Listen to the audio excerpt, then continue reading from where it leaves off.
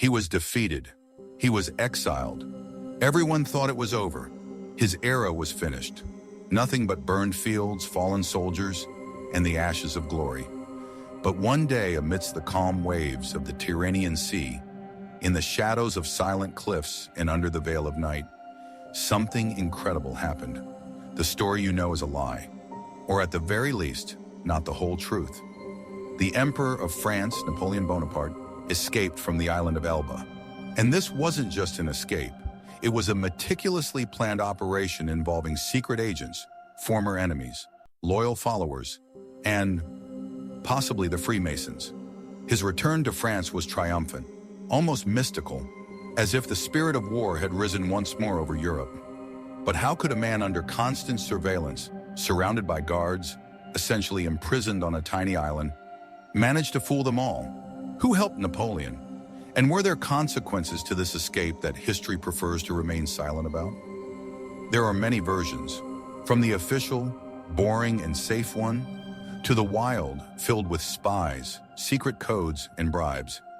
Some historians still debate whether it was simply a lucky opportunity or a brilliant chess game, with the emperor calculating each move long before he ever set foot on a ship.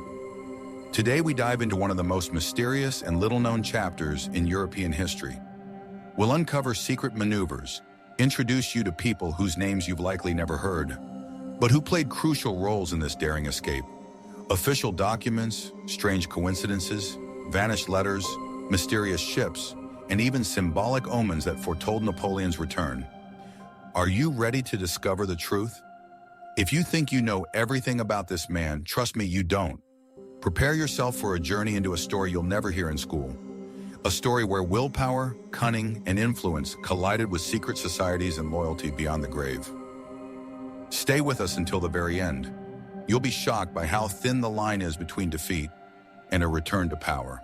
This is the story of how one man fooled all of Europe, and his name was Napoleon. Napoleon Bonaparte found himself exiled to the island of Elba in May 1814 after his first abdication. A tiny piece of land in the Tyrrhenian Sea became both his prison and the stage for a grand design. Under the treaty with the Allies, Napoleon was allowed to retain the title of emperor, but only within Elba. He received a small court, about 1,000 guards, and funding from France. But the money quickly stopped coming. The emperor was humiliated, isolated, and cut off from the world. But Napoleon was a man whose will could bend steel. He wasn't just waiting, he was watching, planning. He began improving the island's infrastructure, hosted celebrations, mingled with the locals, all to give the illusion that he had accepted his fate. But behind the scenes, a different game had already begun. The French intelligence network, still semi-operational in Europe, never abandoned their emperor.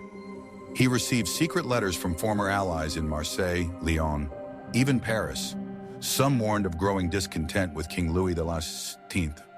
Others said the army missed him.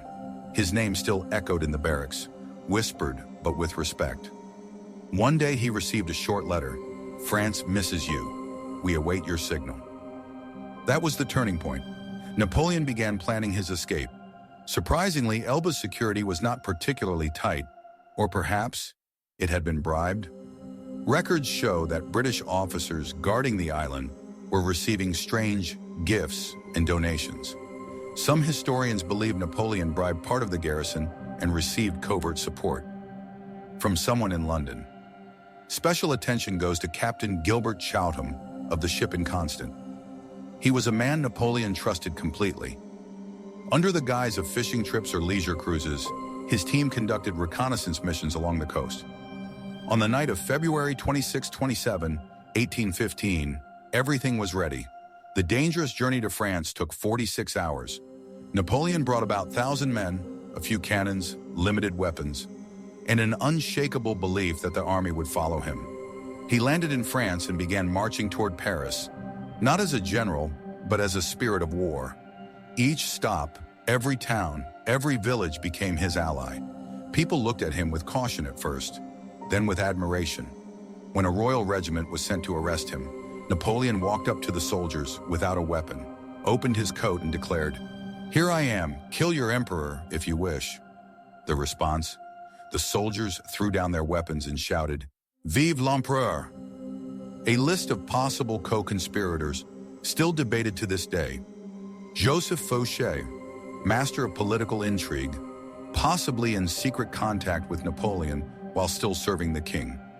Paul Barras and Lazare Carnot, revolutionary figures who may have supported the plan.